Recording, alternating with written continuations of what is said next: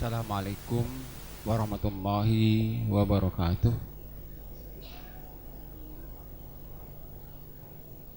Innal hamdalillah nahmaduhu wa nasta'inuhu wa nastaghfiruh wa na'udzu billahi min syururi anfusina wa min sayyiati a'malina.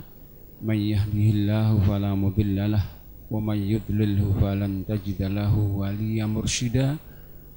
Asyhadu an la ilaha illallah wahdahu la syarikalah wa asyhadu anna Muhammadan abduhu wa rasuluh. Allahumma salli wa sallim ala nabiyyika Muhammad wa ala alihi wa sahbihi wa man da'a bi da'watihi wa sara ala nahjihi ila yaumiddin.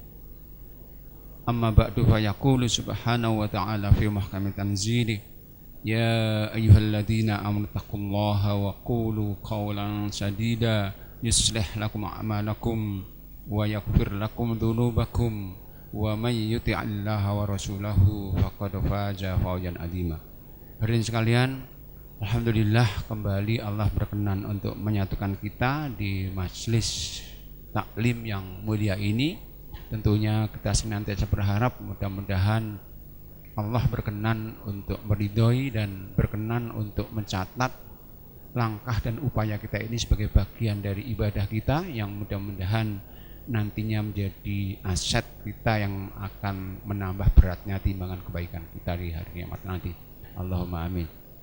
Hadirin sekalian, sekarang kita sudah berada di tanggal 24 dari bulan Dzulqa'dah, yang berarti tinggal 6 hari lagi bulan ini, yang kemudian kita insya Allah kita akan masuki bulan baru, yaitu bulan mulia, bulan Dzulhijjah.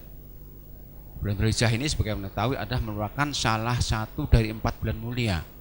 Jadi Allah itu menetapkan bulan itu ada 12 bulan. Surat At-Taubah 36 itu yang 4-nya adalah mulia, bulan hurum, yaitu Rajab, Dzulqa'dah, Dzulhijjah dan Muharram.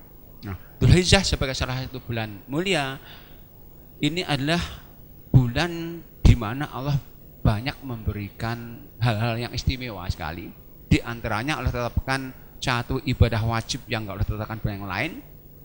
Yang lainnya Allah tetapkan rangkaian ibadah sunnah yang juga Allah tetapkan di bulan yang lain. Tetapi nilai ibadah sunnah di bulan ini jauh lebih besar daripada saat kita lakukan di bulan yang lain. Nah, ibadah wajib yang Allah tetapkan bulan Dzulhijjah sebagai keistimewaan bulan ini adalah haji. Kita tahu semuanya. Sebagaimana Ramadan kemarin ditetapkan satu rangkaian ibadah rukun Islam puasa, Dzulhijjah Allah tetapkan satu rangkaian dari ibadah madhoh, yaitu rukun Islam, yaitu haji. Yang haji sebagai ibadah, dia kedudukannya sangat amat tinggi. Bahkan urutannya itu disebut oleh setelah menyebutkan sholat, puasa, zakat. Ada hadis Bukhari Muslim di mana sahabat Rasulullah bertanya kepada Nabi dengan mengatakan, ya Rasulullah, ayyul a'mali afdol, amal apa yang paling utama itu? Rasulullah menjawab, imanun billahi wa rasuli, yang paling utama iman, karena ini fondasinya. Tsumma madza, kemudian apa setelah iman? Rasulullah mengatakan jihadun fisabilillah, jihad merupakan puncaknya, dzarwah. Tsumma madza, di bawah jihad apa? Rasulullah mengatakan hajjun mabrur, haji mabrur. Sebelum Rasulullah sebutkan ibadah yang lain, karena jihad itu adalah puncak ibadah, di mana orang yang ikut jihad itu Allah beri kehormatan yang luar biasa tingginya. Maka dahulu para sahabiah wanita itu pernah iri dengan kaum lelakinya, para sahabat, karena ketika Rasulullah mobilisasi perang itu yang dimobilisasinya laki-laki saja. Maka mereka iri karena tidak mendapatkan kemuliaan ikut berjihad. Maka Aisyah pun pernah mengungkapkan itu kepada suami Rasulullah SAW dengan mengatakan, ya Rasulullah, naro annal jihada afdala amalin afala nujahidu. Ya Rasulullah, kami semua tahu jihad itu amal yang paling utama. Tidakkah engkau perkenankan kami pun juga ikut jihad? Maka Rasulullah menjawab dengan mengatakan, la lakunna afdalu jihadin hajj hajjun mabrur. Tidak ya Aisyah, untuk kalian wanita ada jihad lebih utama dari berperang, yaitu haji yang mabrur. Haji mabrur tinggi, maka orang itu kalau haji, benar hajinya, dosanya habis. Hadisnya Bukhari Muslim mengatakan man hajja walam yarfuth walam yafsuk roja'a kayaumin waladat umuhu. Orang itu kalau haji tidak rofas, enggak berkata yang kotor, lam yafsuk, enggak fasik, pulang dari hajinya bersih dari dosa-dosanya seperti bagikan dia baru dilahirkan oleh ibunya. Maka karena haji ini puncak, pahalanya pun puncak. Hadisnya al hajjul mabrur laisa lahu jazaa'un illal jannah. Haji yang mabrur itu pahalanya hanya surga saja. Tapi semua keistimewaan haji tadi yang disebut Rasulullah dalam hadis ini semua disebut dengan kata-kata haji yang mabrur. Haji mabrur itu haji yang pelaksanaannya harus sesuai aturan. Haji ini ibadah yang teknisnya sangat amat rinci, hampir setara dengan sholat. Kalau sholat Rasulullah mengatakan sallu kama ra'aitumuni usolli. Sholatlah kalian tapi sebagaimana kalian melihat aku sholat. Rinci sekali, bagaimana berdirinya, yang dibaca apa, rukuknya, yang dipegang apa oleh tangannya, bahkan yang dibaca, semua rinci. Nah rinci, maka untuk sholat ini ruang untuk beristihad mereka caranya tertutup, harus bersih. Haji pun sama. Untuk haji Rasul mengatakan kepada kita, khudhu anni manasikakum, ambillah dariku tentang tata cara haji kalian. Rinci sekali sampai tempat di mana orang harus niat, waktunya, kemudian cara, semua rinci sekali. Cuman beda dengan sholat, bahwa kalau sholat itu terdiri dari ucapan dan perbuatan. Artinya ada zikir yang wajib dibaca saat sholat, orang sholat dengan membisu nggak sah. Tapi kalau haji tidak, haji semuanya perbuatan semuanya. Karena orang haji itu membisu sah.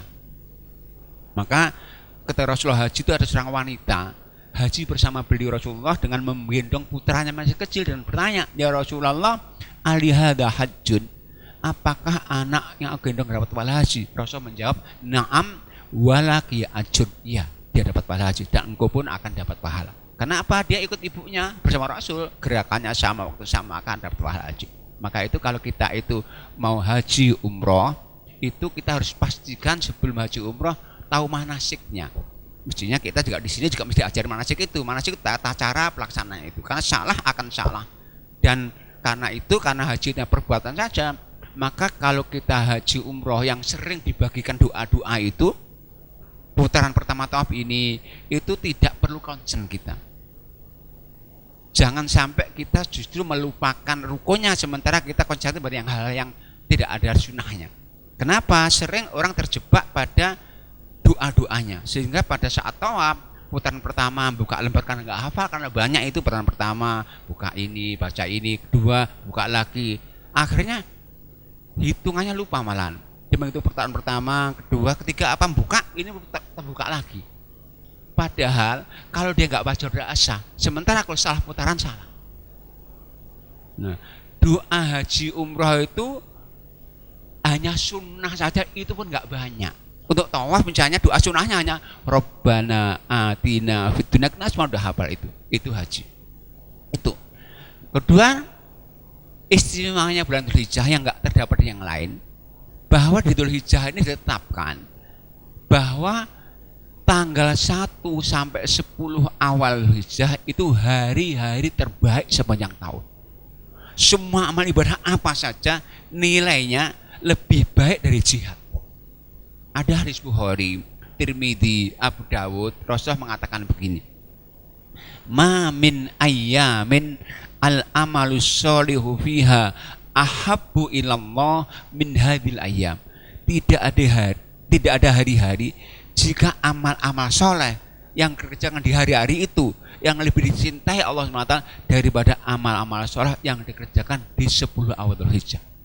Para sahabat bertanya, wal jihadu fisabilillah, ya Rasulullah, apakah jihad jalan Allah itu kebaikannya tidak bisa menandingi kebaikan dari amal-amal kebaikan yang dikerjakan di awal Dzulhijjah? Rasulullah menjawab, walal jihadu fisabilillah illa ayyahrujar rajulu binafsihi wa malihi fala yarju bisyamidali. jihad pun nggak menandingi kok.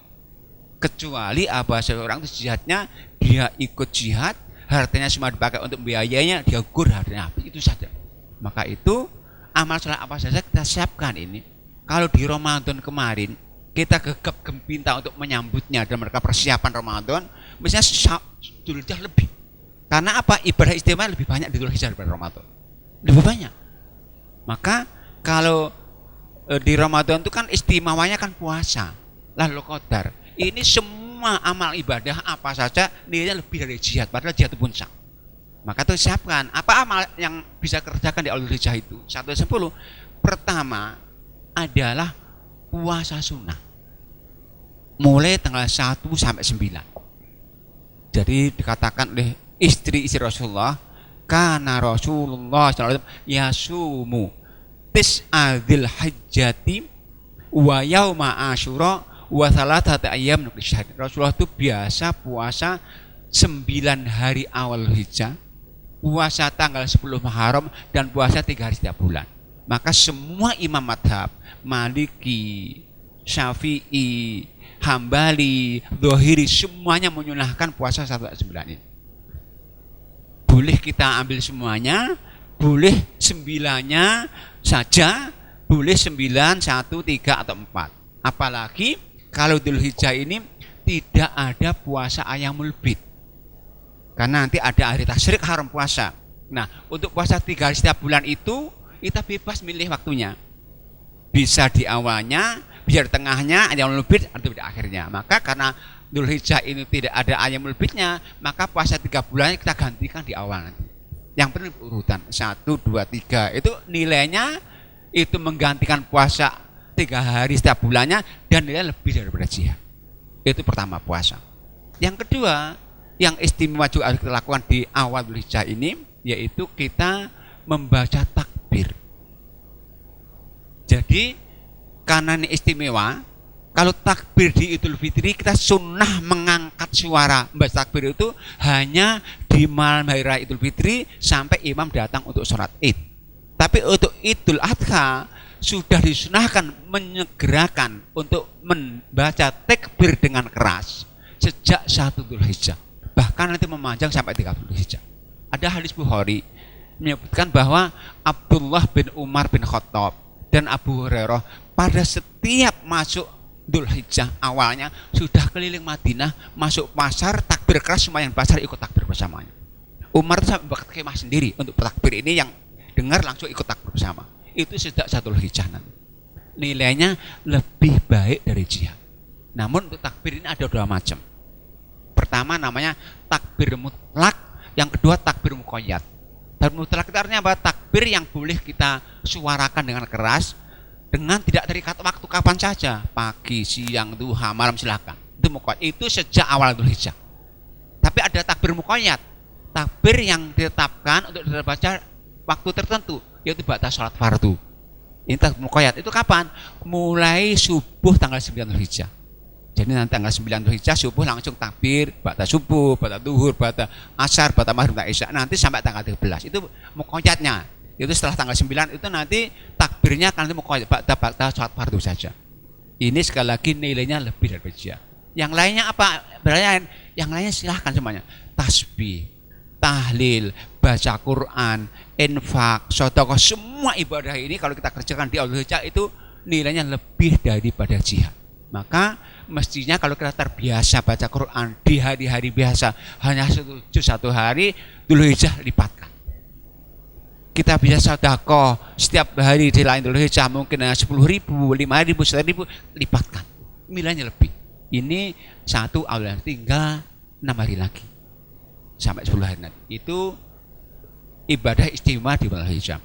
Yang ketiga, Dzulhijjah itu ada ibadah istimewa bahwa Allah tetapkan di Dzulhijjah ini puasa sunnah 1 hari saja.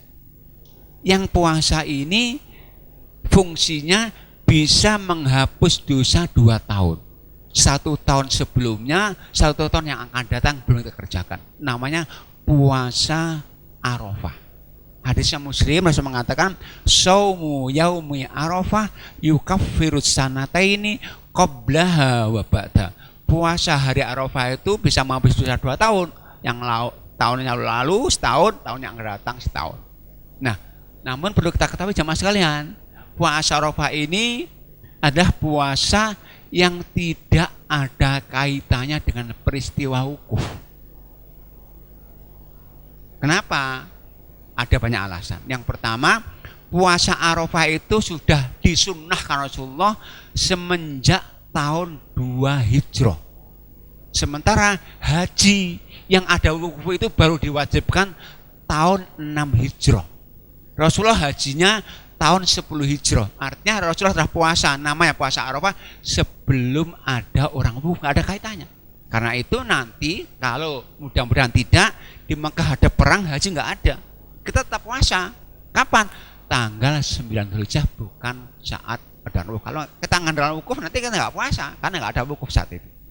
Itu alasan yang pertama. Alasan yang kedua, bahwa penetapan awal Dzulhijjah atau awal bulan Hijriah itu parameternya adalah hilal.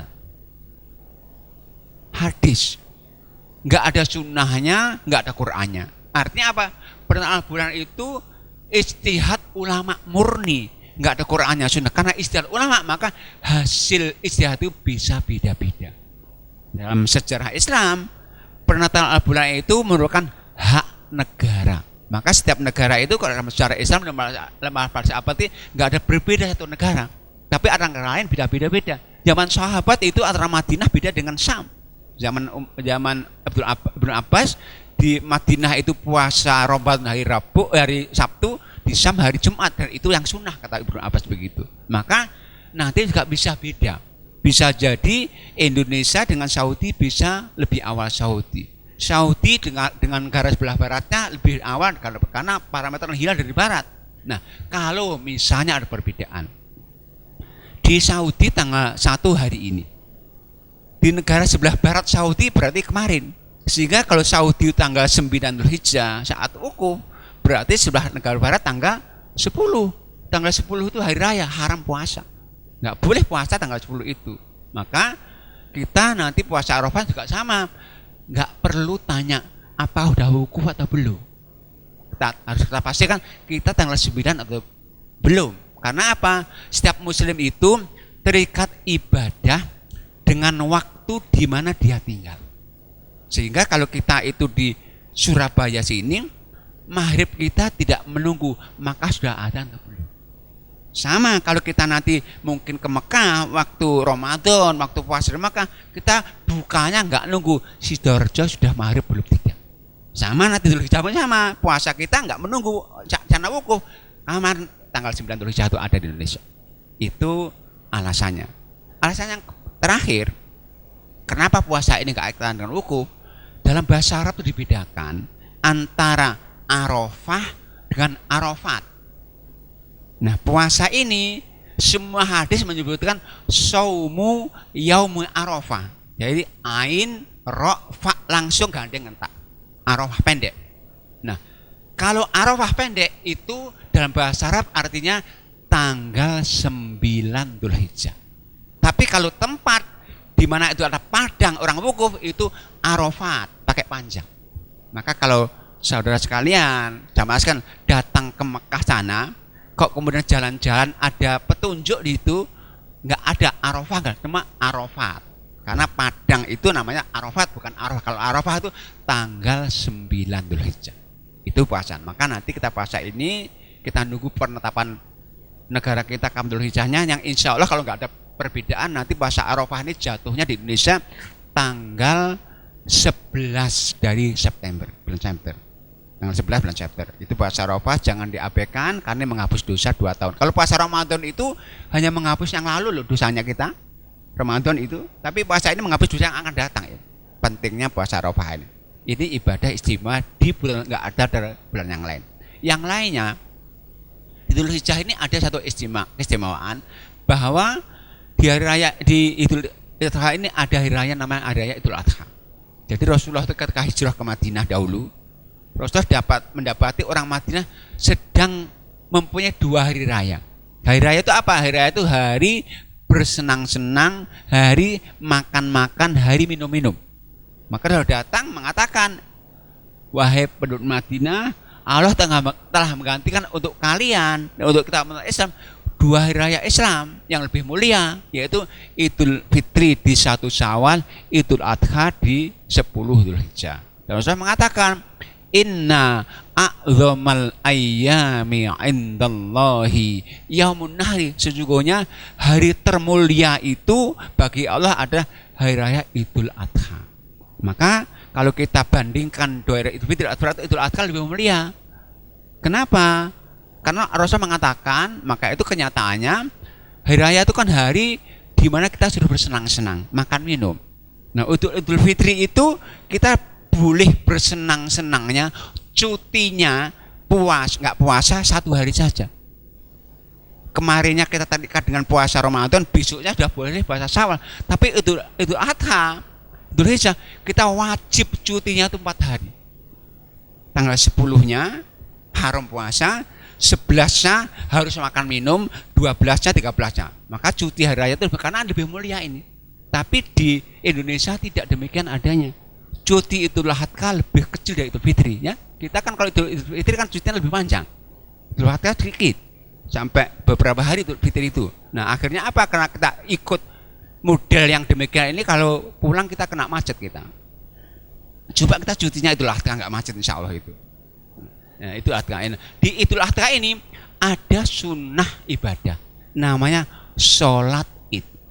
Nah, sholat ini sangat mulia sekali, syiar Islam. Maka Rasulullah memerintahkan kepada semua umat Islam untuk keluar rumah semuanya, yang suci sholat id, yang nggak suci melihat pelaksanaannya, karena syiarnya ini. Maka ibu yang mungkin nanti berhalangan pada saat Idul Adha, hendaknya juga tetap keluar ikut sunnah Rasulullah menyaksikan pelaksanaan sholat itu. Ini istimewa. Tapi sarannya semua kita tahu 2 rakaat sama sholat Idul Fitri, masing-masing sholat ada takbir, cuman beda waktunya begini. Kalau sholat Idul Fitri itu sunnahnya ditakhirkan menjelang siang untuk kesempurnaan pembagian zakat fitrah. Karena zakat fitrah yang banyak itu kalau terlaksana sebelum Id setelah Id nggak sah. Nah, sholat nggak sah. Tapi untuk Idul Adha sholatnya sunnahnya diawalkan. Maka itu Rasulullah itu kalau sholat Idul Fitri karena siang makan lebih dahulu. Idul Adha tidak, karena pagi sekali, maka makannya nanti setelah kurban. Ini beda waktunya saja, cuman caranya sama, sunnahnya sama. Nah, kemudian ibadah yang teristimewa di Idul Adha itu adalah menyembelih kurban. Rasulullah mengatakan tentang istimewa ibadah ini dengan sabda beliau, dalam riwayat disebutkan, ma amila benu adama yauman nahri amalan ahabba ilallahi min iraqati dami. Tidak ada satu amal ibadah di hari raya Idul Adha yang dikerjakan oleh seseorang yang lebih dicintai Allah SWT daripada menyembelih kurban. Ini ibadah yang sangat istimewa. Karena itu para ulama menyebutkan hukumnya berkisar antara 2 saja, wajib dan sunnah muakkadah, enggak sunnah biasa. Artinya enggak boleh meninggalkan kecuali ada aturan syar'i. Dan istimewanya pahalanya besar. Apa pahalanya? Di antaranya dia menghapus dosa dan juga akan mendatangkan cinta Allah. Kenapa? Karena menyembelih kurban itu menghidupkan sunnah Rasul. Dan orang yang menggunakan sunnah Rasul, Allah janjikan untuk diampuni dosanya dan akan diberi cintanya. Allah sebutkan itu dalam surat yang ketiga, Ali Imran ayat 31. Allah mengatakan, Qul in kuntum tuhibbunallah fattabi'uni yuhibbukumullahu wa yaghfir lakum dzunubakum. Katakan Muhammad, kalau kalian mengaku cinta Allah, ikuti sunnahku, sunnah Rasul. Kurban termasuk sunnah. Maka saat kalian ikut sunnah, maka Allah akan mencintai kalian dan Allah akan menghapus dosa-dosa kalian. Yang kedua, maka kurban menghapus dosa. Yang kedua, dengan kurban itu Allah akan jamin kalau kita benar kurbannya akan ditambah rezeki kita. Kenapa? Kurban itu berarti kita menyisihkan rezeki yang Allah berikan kita untuk bersyukur dalam bentuk ibadah. Dan Allah katakan, la in syakartum la azidannakum. Siapa yang bersyukur pasti akan tambah rezeki itu. Itu di antara pada. Maka itu Allah sebutkan bahwa kebaikan itu akan banyak kita dapatkan kalau kita kurban. Allah sebutkan kebaikan itu dalam surat yang kedua-dua Lahat ayat 36. Kata Allah, lakum fiha khair. Dalam kurban kalian dapat banyak kebaikan. Cuman begini jamaah sekalian, kurban itu ibadah khusus yang juga aturannya khusus, mengikat sekali. Aturannya yang pertama kaitan dengan hewan yang boleh dijadikan sembahan kurban. Hanya 3 macam saja. Pertama unta, kedua sapi atau kerbau sama, ketiga kambing dengan segala jenisnya. Itu nggak boleh yang lainnya. Persis sebagai akikoh. Akikoh itu ibadah khusus, hanya boleh kambing saja. Kita nggak boleh akikoh dengan kuda, dengan sapi, meskipun lebih banyak itu nggak boleh. Sama, kurban harus pastikan hanya 3 jenis hewan itu saja. Nah, untuk hewan ini ada aturannya. Apa aturannya? Kaitan umurnya. Rasul bersabda, la tatbahu illa musinnatan. Kalian jangan menyembelih kurban kecuali yang berumur. Umurnya berapa? Kalau unta umur 5 tahun penuh masuk ke tahun ke-6. Kalau sapi berumur 2 tahun penuh masuk tahun ke-3. Kalau kambing berumur 1 tahun penuh masuk tahun ke-2. Hanya saja catatan, untuk kambing khusus jenis domba biri-biri boleh berumur 6 bulan. Itu jenis satu ya, jenis biri-biri domba. Rasulullah hadis Bukhari mengatakan begini, la tatbahu illa musinnatan illa ayyasyra alaikum fatadbahu jadza'atan minad dhani. Kalian jangan menyembelih hewan kambing kecuali berumur, kecuali kalian dapatkan domba, maka boleh jadza'ah. Jadza'ah itu umur 6 bulan dari jenis dho'an, yaitu domba. Itu kaitan dengan umurnya. Nah, yang ketiga, aturan berikutnya, hewan ini, hewan itu nggak boleh cacat. Cacat minimalnya Rasul sebutkan ada 4, yaitu pertama, nggak boleh pincang salah satu kakinya, tidak boleh buta salah satu matanya, tidak boleh sangat kurus, dan tidak boleh sangat sakit. 4 itu. La tudsi'u fil, enggak sah dalam udhiyah, kata Rasul mengatakan. Nah, namun catatannya, cacat itu adalah cacat lama. Kalau cacat itu muncul baru, itu boleh. Artinya apa? Saat kita menyiapkan membeli hewan kurban, pastikan itu enggak cacat. Tapi setelah kita beli cacat muncul baru, itu boleh. Misalnya kita beli, kita pelihara, tiba-tiba jatuh, kemudian pincang, sakit, itu boleh. Jadi ada seorang sahabat namanya Abu Sa'id Al-Khudri, itu beliau mengatakan begini, ishtaraitu kabsan li udhuhiyabi. Aku pernah membeli 1 ekor kambing untuk aku jadikan sembahan kurban. Tapi kemudian Bu Ali tapi kemudian setelah aku pelihara, apanya tuh? Pahanya dimakan serigala. Aku lapor Rasulullah mengatakan dhahibi, kurban itu, karena cacatnya muncul baru. Itu cara. Berikutnya aturan dengan hewan ini, yaitu hewan itu ada kadarnya. Artinya apa? Untuk pembeliannya, pengadaannya itu, untuk sapi boleh iuran, patungan, tapi maksimal 7 orang. Nggak boleh sapi iuran 10 orang. Kalau sapi 1 orang boleh, tapi maksimal 7 orang. Untuk unta maksimal 10 orang. Nggak boleh lebih dari itu. Untuk kambing, 1 kambing 1 orang, nggak boleh iuran kambing 2 orang, nggak boleh.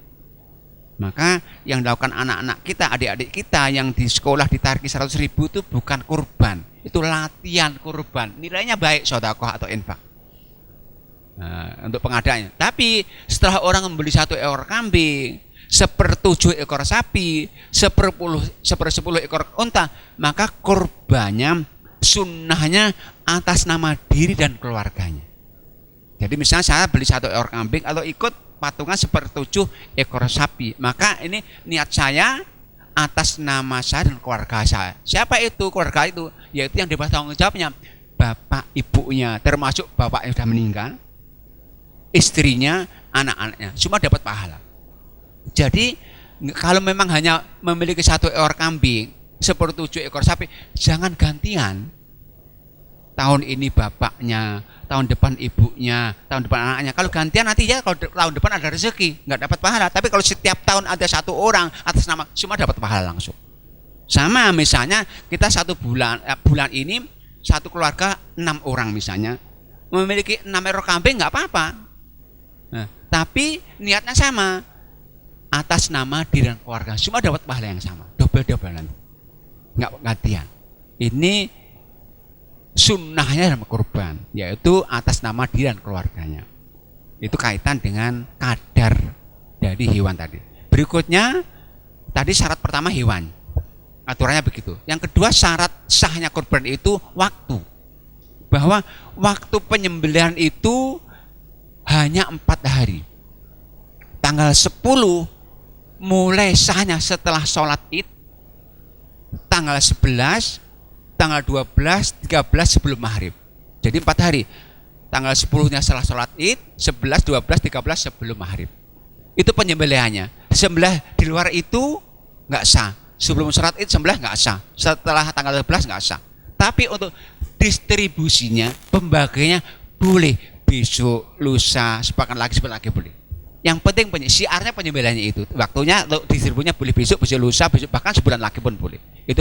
Itu syarat yang kedua. Syarat yang ketiga, penyembelihannya. Ya, jadi kambing hewannya tertentu dengan syarat tertentu tadi, waktunya tertentu, penyembelihannya juga tertentu, yaitu orang muslim yang sholat. Orang kafir nggak sah dari bangkai nanti. Termasuk orang muslim yang sholat. Kenapa? Semua ulama sepakat, ulama madhab sepakat, seorang muslim yang nggak sholat, sembelihannya nggak sah. Maka nanti kalau mungkin kita jadi panitia kurban dan harus menyewa jagal, pastikan jagal yang itu seorang muslim yang sholat. Dan sholatnya tentang orang yang kita sewa itu harus dipastikan terkonfirmasi, nggak cukup dengan informasi saja. Sebab seorang jagal kalau tanya, Bapak sholat mesti akan melakukan sholat, kan dia bekerja. Nah, untuk kaitan agama, akhlak ini nggak cukup informasi, harus konfirmasi. Kenapa? Buktinya ini. Jadi diceritakan pada masa Umar ada seorang laki-laki muslim, bukan penduduk Madinah, datang ke Madinah beberapa hari. Setelah di Madinah, maka beliau rupanya tertarik untuk menikahi wanita Madinah. Berita bahwa orang asing ini ingin menikahi wanita Madinah sampai kepada telinga Umar. Maka oleh Umar ditanya, Anda ingin menikahi wanita Madinah? Benar. Apakah ada orang Madinah yang menjadi kawan Anda, yang bisa memberikan rekomendasi bahwa Anda orang baik? Ada. Karena sahabat ini, orang ini mendatangkan sahabatnya orang Madinah. Datang tanya Umar, Anda kenal dengan dia? Kenal. Apakah Anda pernah berdagang dengan dia? Belum. Anda pernah safar dengan dia? Belum. Anda pernah nginap dengan dia? Belum. Anda belum kenal. Jadi sama nanti jaga nggak boleh tanya. Kalau tanya mesti akan melakukan sholat kok, karena dia bekerja. Pastikan itu muslim. Karena kalau non muslim atau orang muslim nggak sah jadi bangkai semuanya. Itu ketentuan syarat 3 tadi ya. Yaitu tadi pertama, hewannya pastikan dengan syarat tertentu, nggak cacat, waktunya dan penyembelihnya. Kemudian berikutnya saya akan jelas tentang kaitan teknis pelaksanaan dan juga aturan pembagiannya. Nah, pertama berkaitan dengan yang berkurban. Yang berkurban disunnahkan, bahkan diwajibkan sebagian ulama kita sejak masuk 1 Dzulhijjah tidak boleh memotong rambut dan kukunya sampai dia nanti kurbannya disembelih. Hadisnya ini jamaah Muslim, Abu Dawud, Tirmidzi. Rasul mengatakan begini, idza ra'aitum hilala dzil hajjati wa arada ahadukum ayyudhhiya falyumsik an sya'rihi wa atfari. Kalau kalian sudah mengetahui masuknya awal Dzulhijjah dan sudah ada keinginan untuk kurban, maka jangan lagi memotong rambut dan kukunya sampai nanti hewannya disembelih. Ini yang pertama, sunnah menurut sebagian, wajib menurut sebagian ulama yang lain. Yang kedua, yang berkurban itu sunnahnya menyembelih sendiri kalau mampu.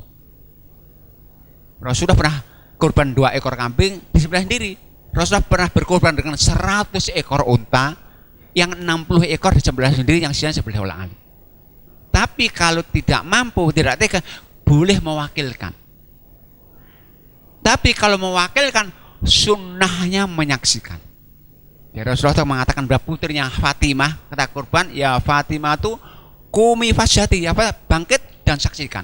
Itu sunnahnya. Itu sunnah nih, tapi kalau nggak tega juga nggak perlu dipaksakan. Itu kaitan yang berkorban. Kemudian yang berkorban ini diperbolehkan untuk makan bagian daging dari hewan yang dijadikan sebagai kurban. Boleh. Bahkan dia boleh memilih.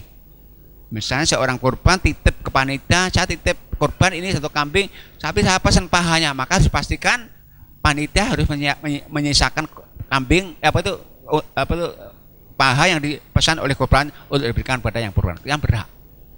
Jadi itu. Yang kedua kaitan dengan penyembelih. Penyembelih ini di samping tadi harus pastikan dia muslim yang sholat, harus pastikan dia seorang yang profesional. Artinya mengetahui teknis bagaimana menyembelih. Rasulullah mewajibkan itu dalam hadis Muslim. Apa saja yang dilakukan? Yang pertama harus pastikan pisau yang dipakai tajam. Fal yuhidda syafratah, harus menajam untuk memastikan tidak menyakiti. Yang kedua harus pastikan bahwa dia menyembelih di tempat yang di situ akan menyebabkan hewan itu cepat mati. Karena hewan itu kalau disembelih nggak langsung mati. Nah, kalau lama proses kematiannya akan menyiksa, maka harus tahu di mana tempat yang dia dengan itu akan cepat mati. Maka kambing dan sapi misalnya, kalau menyembelihnya itu di leher yang dekat badannya, maka akan lama nanti. Tapi agar cepat maka harus di leher yang dekat kepalanya. Karena ada 3 urat itu, nafas dan urat nadi darah itu terputus sama-sama itu. Kalau satu nggak terputus akan memperlambat proses kematian, akan menyiksa. Nah, maka kadang-kadang kita sering itu melihat orang di kampung itu kalau nyembelih ayam karena goroknya nggak pas lari lagi nanti. Karena itu nggak pas itu. Nah, itu maka harus cepatnya. Berikutnya penyembelih itu ketika menyembelih harus pastikan tidak memperlihatkan proses penyembelihannya di hadapan hewan yang belum disembelih. Karena stres. Karena hewan kalau stres nanti akan berpengaruh pada dagingnya. Kemudian sunnahnya kalau yang sembelih itu unta, kita nggak ada unta tapi dalam kalau berdiri. Tapi kalau kambing, sapi dibaringkan dengan menghadapkan ke arah kiblat. Dan sunnah membaca setiap menyembelih Bismillahi Allahu Akbar. Dan tidak harus menyebutkan siapa yang berkurban. Cukup yaitu Bismillahirrahmanirrahim Akbar, nggak perlu menyebutkan siapa yang berkurban. Kenapa? Niat yang kurban itu yang tahu hanya dia sendiri dan Allah saja. Nggak harus tahu panitia itu. Maka kalau kita nyerahkan ke panitia, nggak, kalau tanya ini atasnya apa Pak? Kita nggak perlu udah dijawab aja hamba Allah cukup. Karena apa yang tahu niat kita? Panitia nggak harus tahu. Maka sama kalau kita mau ke masjid misalnya, kita mau sholat, kan takbir nggak perlu tanya, Bapak, Ibu mau sholat apa ini? Mau masjid? Nggak perlu kan? Yang tahu kita sendiri. Sholat sunnah, tahiyatul masjid, duha terserah itu. Sama kurban itu. Tapi kadang-kadang dipaksa kurban itu. Panitia atas nama siapa Ibu ini? Yang disebutkan. Sehingga apa? Kambing dikasih nama Abdullah, Muhammad. Sehingga kan sembelih Muhammad disembelih semuanya itu. Salah itu. Nggak benar. Yang tahu hanya, dan sunnahnya memang ini nggak ditunjukkan namanya. Meskipun boleh. Allah kan mengatakan kepada kita begini. Dalam kurban, dalam sedekah itu surat Al-Baqarah 271. Kul in kuntum in tubdu apa itu? Apa itu? Apa? In tubdu sadaqati fa ni'mahiya wa in tukhfuha wa tu'tul fuqara fa lakum. Kamu antum hafal Quran kan? Al-Baqarah 271.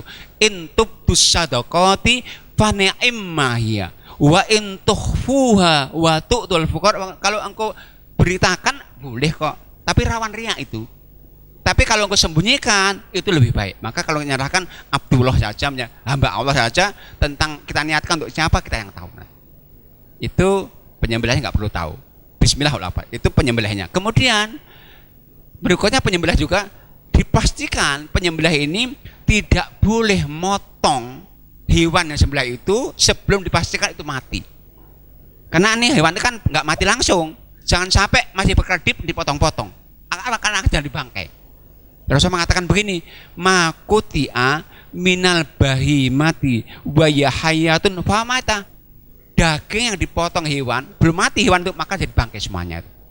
Maka hati-hati ini, kadang-kadang ada karena jaganya itu sedikit, pembantunya nggak banyak, hewannya yang akan boleh banyak, maka cepet-cepet potong langsung potong-potong. Itu bangkai semua. Itu sama dengan kalau kita nyembelih ayam lari ditabrak motor. Kenapa matinya? Bukan karena sembelih, karena tabrak motor. Ini matinya karena dipotong, bukan karena disembelihnya. Itu sama dengan bapak-bapak yang di pasar itu ya, yang nyembelih ayam itu kadang-kadang begitu, kadang nggak tahu caranya, sembelih masih kelepek-kelepek gini, masukkan air panas. Matinya kenapa itu? Air panas, jadi bangkai semuanya itu. Sama, maka hati-hati. Kurban juga itu, pastikan penyembelihnya nanti ketika menyerahkan hewan kepada pembantu yang motong-motong sudah mati. Jangan sampai hidup sudah dipotong-potong, dibangkai semuanya.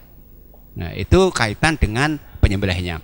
Berikutnya kaitan dengan distribusinya. Nah, pertama tadi yang berkorban boleh mengambil bagian. Kemudian yang berkorban itu kedua nggak boleh menjual bagian dari korban itu.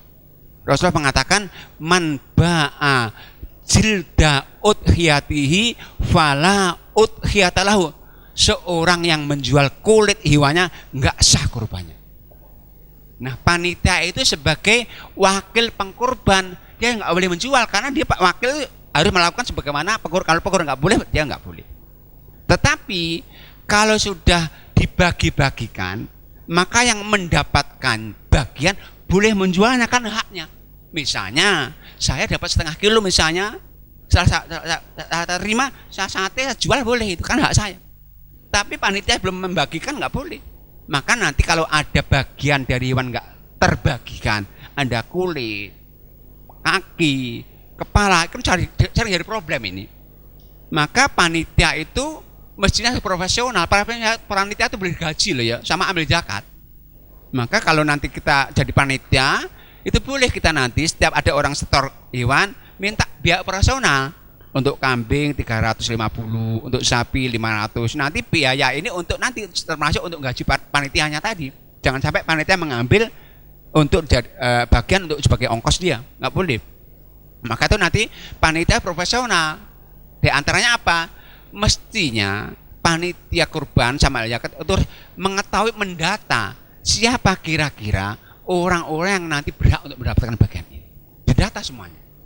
Jangan sampai hewan udah banyak dipotong-potong baru bingung kepada siapa ini. Data dulu mereka. Nah, dari sekian banyak yang terdata, yang punya hak itu tentunya sebagian dapat bagian kulit, sepotong kulit, kepala, didatangi.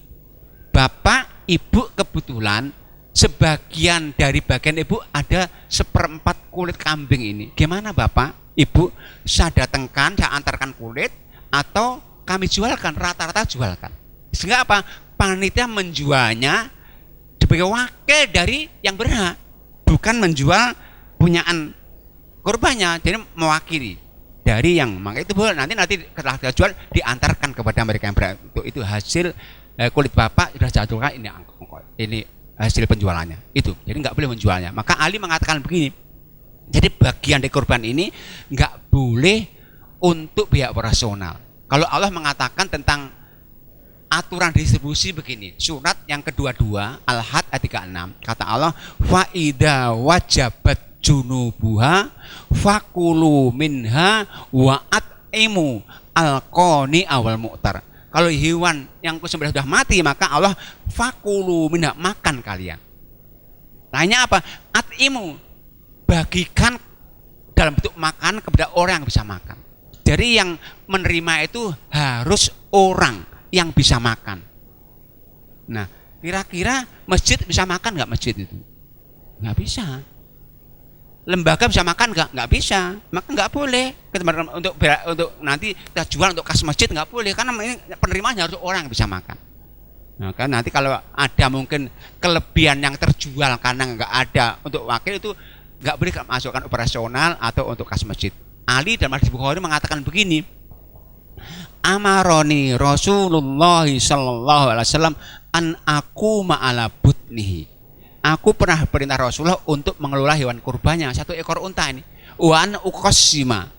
Dan aku disuruh Rasulullah untuk membagi apa? Luhumaha, dagingnya. Kemudian juludaha, kulitnya. Kemudian zilalaha, pelananya. Disuruh bagi juga itu. Wala u'til jajiro minha syai'an. Dan aku dilarang untuk memberikan jagal bagian darinya sebagai ongkos. Wa innama nu'tihi min, tapi jagal itu kami ambilkan, kami beri upah dari uang kami sendiri. Jadi kalau diberi orang sendiri nggak boleh diambil. Maka kadang-kadang ada penyembelih mengatakan, saya nggak kasih ongkos nggak apa-apa, tapi saya kulitnya sama minta ongkos kulit, itu nggak boleh. Nah itu kurang lebih beberapa aturan berkaitan dengan hewan kurban. Nah yang terakhir saya akan sampaikan bahwa hewan kurban itu hendaknya disembelih, dibagikan, etikanya di tempat pengkorban itu ada, di sekitarnya. Boleh dialihkan ke daerah lain kalau kebutuhan di situ sudah memenuhi. Kalau belum memenuhi nggak boleh. Nah, tapi dalam kenyataannya di kota-kota besar, di Surabaya misalnya, di Gresik misalnya, di Sidoarjo, rata-rata korban itu over, terlalu banyak. Sementara di daerah kejauh sana banyak yang kekurangan. Ada satu masjid bahkannya 2 ekor kambing saja. Di sini bisa atau masjid bisa 140 ekor kambing, itu boleh dialihkan, boleh dialihkan pada saat itu. Nah, tapi kalau dialihkan ke daerah lain yang membutuhkan, hendaknya dalam bentuk hewan hidup, bukan diantarkan daging. Kenapa? Syiarnya penyembelihannya. Mungkin ditransfer uangnya agar diberikan sana, atau diantarkan hewan hidup untuk disembelih, disaksikan. Karena syiarnya penyembelihannya. Maka kalau ada lembaga-lembaga yang nanti juga mengantarkan atau mendistribusikan sebagian ini ke daerah lain, maka dalam hewan hidup. Nah, tentang nanti distribusinya setelah disembelih di waktunya boleh kapan-kapan. Maka sebagian lembaga itu ada yang mengkalengkan, itu boleh. Yang penting penyembelihan di waktunya. Tapi kalau mengkalengkan, hendaknya penyembelihannya juga disaksikan. Jangan semua ditaruh pabrik, nanti disembelih oleh pabrik sendiri, siarnya nggak ada nanti. Siarnya penyembelihnya itu, maka disembelihkan nanti kemudian diantarkan pabrik dalam bentuk sudah mati, pabrik diolah untuk dikalengkan, itu nggak masalah. Ya, itu mungkin sebagian hal-hal yang berkaitan dengan ibadah Dzul Hijjah, kurban, barangkali yang bisa disampaikan itu. Selanjutnya kalau ada yang ingin menambahkan demi kesempurnaan bacaan, waktu dan selanjutnya saya berikan kepada.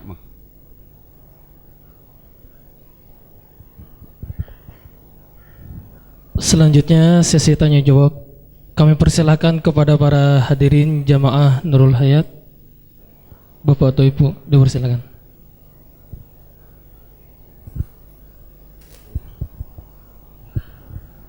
Terima kasih. Assalamualaikum warahmatullahi wabarakatuh. Nama saya Suharno dari Menganti Gresik, Ustadz. Kami akan menanyakan, kebetulan kami tahun ini juga terlibat sebagai panitia untuk Idul Kurban. Yang pertama kaitan dengan syarat penyembelihan tadi. Tadi Ustadz juga menyampaikan bahwa selama ini memang di kampung saya itu selalu menyewa jagal. Tetapi kami baru tahu ini bahwa seorang jagal itu harus profesional dan betul-betul secara syar'i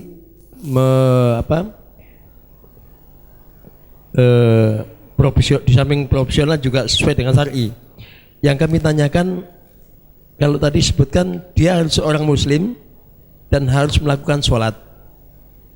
Apabila jagal ini sholatnya juga tidak istiqomah, Ustaz, ada tuh sholat kadang-kadang tidak gitu, bagaimana hukumnya gitu. Kemudian yang kedua, kami juga belum paham betul, Ustaz, kaitan dengan kulit tadi. Mohon dijelaskan ulang sehingga kami paham betul kaitan dengan kulit gitu. Kemudian yang ketiga, kalau selama ini kan misalkan kami ini donatur tetap Nurul Hayat, rumah saya jauh. Ketika Idul Kurban itu hari jamcilnya itu saya tidak bisa menyaksikan penyembelihan itu. Nanti hukumnya bagaimana Ustaz? Sementara itu terima kasih. Assalamualaikum warahmatullahi wabarakatuh. Baik, terima kasih Bapak. Untuk yang pertama kaitan dengan syarat sholat bagi penyembelih ini. Jadi untuk orang meninggalkan sholat ini, dulu pernah kita bahas di sini, ada dua. Pertama, mereka yang memang nggak mau sholat itu jelas kafir, nggak boleh menyembelih. Yang kedua yang Pak tanyakan, yang malas sholat, orang Jawa namanya koberan, kober sholat kalau nah itu para ulama ada dua hukum. Termasuk yang nggak mau sholat, kalau sholatnya setahun sekali Bapak ya, seminggu sekali, itu nggak aman, nggak sholat itu. Tapi kadang-kadang malas. Nah itu para ulama ada hukum. Yang pertama itu pendapat dari para sahabat Umar bin Khattab, Abdullah bin Umar, yang malas juga kafir. Termasuk Imam Ahmad. Imam Ahmad mengatakan orang yang malas sholat itu kafir. Beda dengan orang yang malas zakat, orang malas haji itu nggak apa-apa, dosa tapi nggak kafir. Nah, ada pendapat 3 ulama, Imam Syafi'i, Imam Abu Hanifah, Imam Malik. Orang yang malas sholat itu hukumnya dosa besar dan harus disuruh taubat. Nah, kalau di negara Islam, kalau seorang muslim kok malas sholat, kadang sholat kadang tidak, diajak malas-malasan, Imam Syafi'i, Imam Malik mengatakan disuruh taubat 3 kali, nggak mau taubat dibunuh. Yang paling ringan pendapat ulama tentang orang malas sholat itu Abu Hanifah. Orang tuh kalau malas sholat disuruh taubat 3 kali, negara Islam tapi nggak mau sholat sampai 3 kali dipenjarakan, nggak keluarkan sampai dia sholat. Kira-kira di Indonesia penjara nggak cukup ini Bapak kira-kira ya? Itu kan. Maka menurut saya Bapak untuk hati-hati Bapak, untuk hati-hati lebih baik memang kita harus perlu selektif.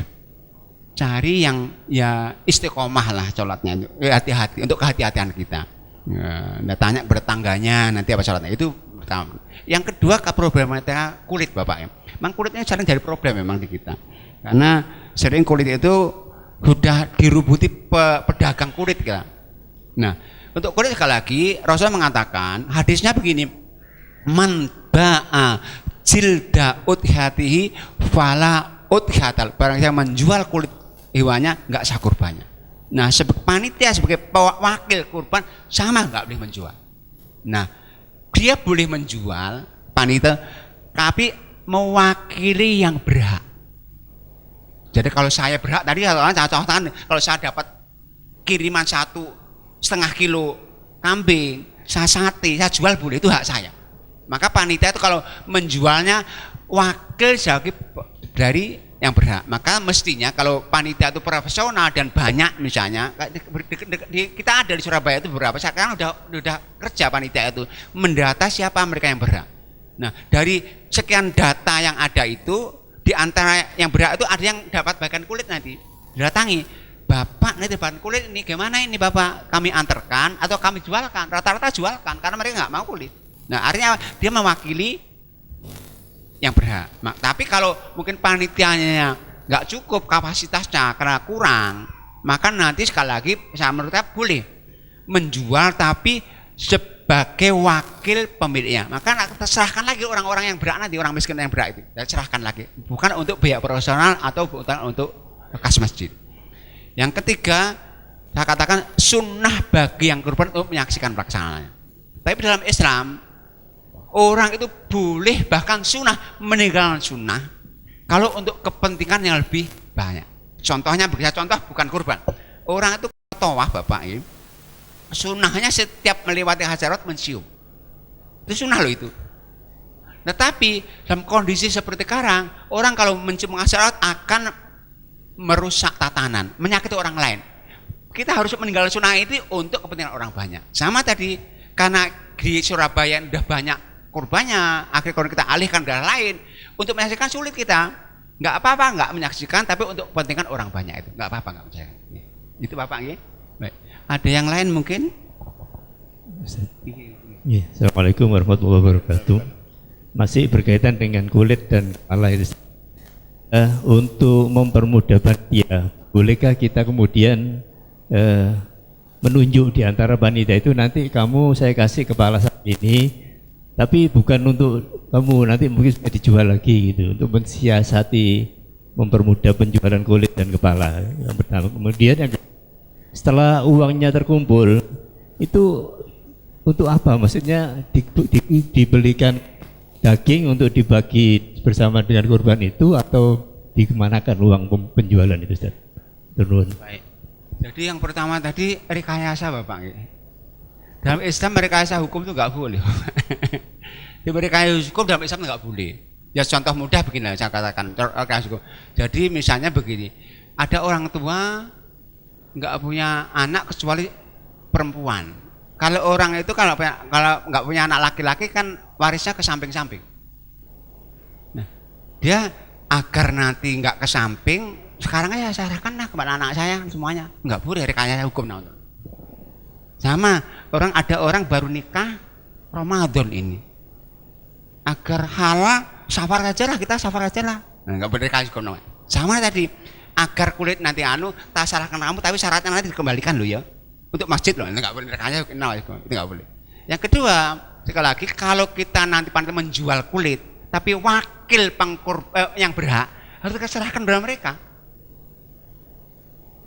Tapi sebenarnya boleh dibutuhkan berikan daging lagi. Tapi menurut saya serahkan mereka, sudah wakil mereka menjualkan kok. Menjualkan berarti mereka mencari uang. Boleh kita menjualkan atas mereka, kita serahkan mereka dalam bentuk uang. Bagikan mereka siapa yang berhak itu. Sama Idul Fitri, Pak. Idul Fitri itu kadang-kadang orang begitu malas bagi-bagi beras, akan bagi uang. Enggak boleh. Nah, tapi kalau kita sudah bagi beras, orang menerima, menjualnya boleh. Karena yang berhak itu. Yang tanya itu Bapak ya. Jadi sekali lagi, kalau kita menjualkan atas wakil yang berhak, boleh. Cuman nanti harus diserahkan kepada mereka yang berhak itu, bukan kemudian kita masukkan masjid atau kita bagi rasional. Wallahu a'lam. Ada yang lain? Yang berhak itu yang berkorban itu, Ustaz nih? Bukan. Yang berhak itu, yang korban justru menjualnya nggak boleh Bapak. Oh. Yang berhak itu yang penerimanya itu. Nah, maka itu ini kadang-kadang panitia sulit sekali mendatangkan begitu. Masalahnya panitia dalam Islam itu pahalanya besar sama jihad loh Bapak. Maka dia profesional, maka boleh mendapatkan gaji itu. Maka sekali lagi kata panitia itu narik saja profesional dari pengkorbannya. Nanti sebagian untuk panitia nggak apa-apa. Tapi dia profesional, mengantarkan, kemudian mendata, begitu. Oke. Ada yang lain mungkin ibu-ibu?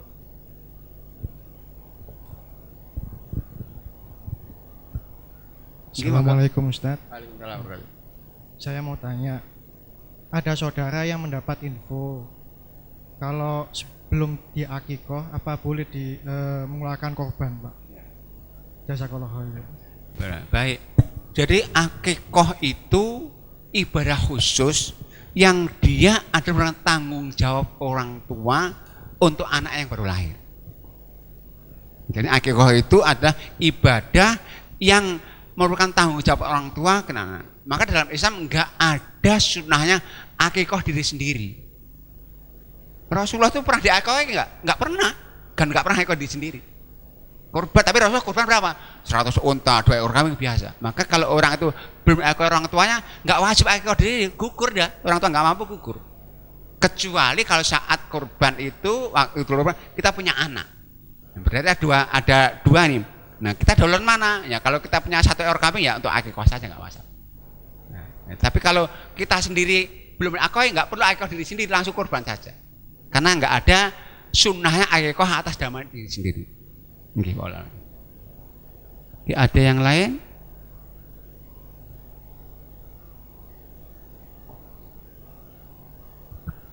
Mungkin dari ibu-ibu ada yang mau bertanya?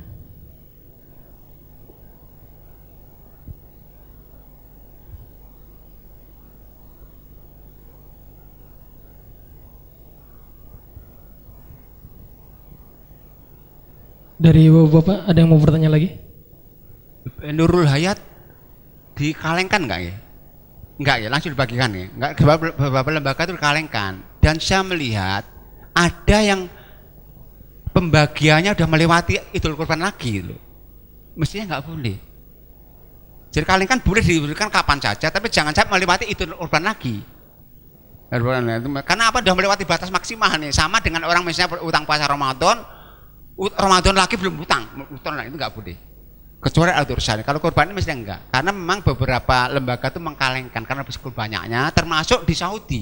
Di Saudi itu untuk musim haji itu sangat terlalu banyak mereka.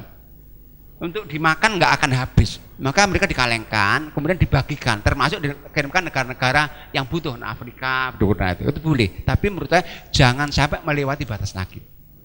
Nah kemudian untuk panitia yang kadang-kadang perlu makan sebelum kurban, itu jangan sampai yang dimakan itu hewan sembelih sebelum sholat, kecuali yang nitip akikoh tadi.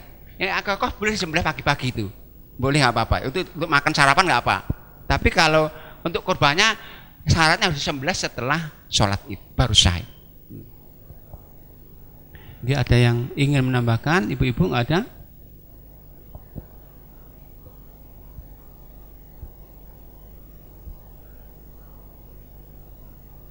Cukup ya?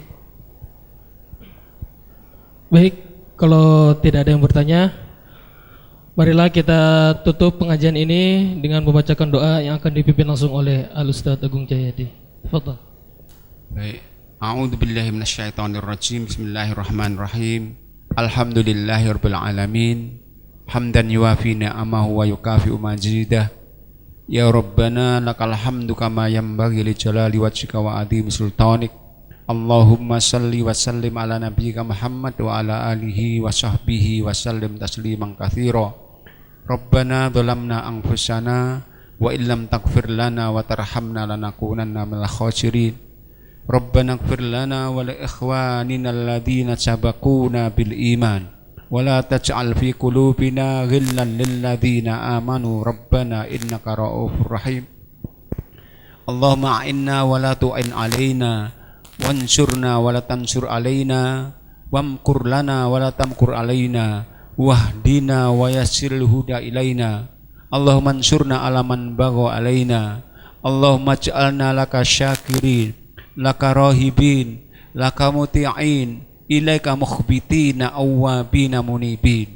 Allahumma taqabbal taubatana waghsil haubatana wa ajib da'watana wa tsabbit hujjatana wahdi qulubana wasaddid alsinatana wasl sahimata qulubina.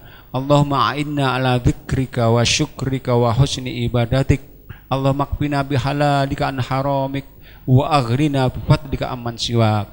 Rabbana hab lana min azwajina wa dhurriyyatina qurrata a'yun waj'alna lil muttaqina imama. Rabbana atina fid dunya hasanah wa fil akhirati hasanah wa qina adzabannar. Wa subhana rabbika rabbil izzati amma yasifun wa salamul mursalin walhamdulillahirabbil alamin. Kurang lebihnya mohon maaf. Billahi taufiq wal hidayah. Assalamualaikum warahmatullahi wabarakatuh.